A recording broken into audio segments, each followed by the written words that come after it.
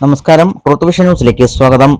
കൊല്ലം ചടയമംഗലത്ത് പട്ടികജാതിക്കാരനായ ചെറുപ്പക്കാരനെ പോലീസ് ആളുമാറി മർദ്ദിച്ച സംഭവത്തിൽ ഇരയായ സുരേഷിന് ഐക്യദാർഢ്യം പ്രഖ്യാപിച്ച് AIYF. ചടയമംഗലം ഇളവക്കോട് കല്ലുമല കോളനിയിൽ പിന്നോക്ക സമുദായാംഗമായ സുരേഷ് എന്ന ചെറുപ്പക്കാരനെ വീടിനുള്ളിൽ കയറി മർദ്ദിച്ച് പോലീസ് ജീപ്പിൽ കയറ്റിക്കൊണ്ടുപോയ സംഭവത്തിൽ കാട്ടാക്കട പോലീസ് സ്റ്റേഷനിലെ SI മനോജിനും സംഘാംഗങ്ങൾക്കുമെതിരെ ശക്തമായ നിയമ നടപടികൾ സ്വീകരിച്ച് അറസ്റ്റ് ചെയ്യണമെന്ന് ആവശ്യപ്പെട്ടുകൊണ്ട് AIYF നേതാക്കളായ S ഷാനവാസ്, MR വിഷ്ണുരാജ്, വിനോദ്, വിജിത്ത്, ഷംനാദ് തുടങ്ങിയവർ സുരേഷിന്റെ വീട്ടിലെത്തി ഐക്യദാർഢ്യം പ്രഖ്യാപിക്കുകയും എല്ലാ നിയമസഹായങ്ങളും വാഗ്ദാനം ചെയ്യുകയും ചെയ്തു.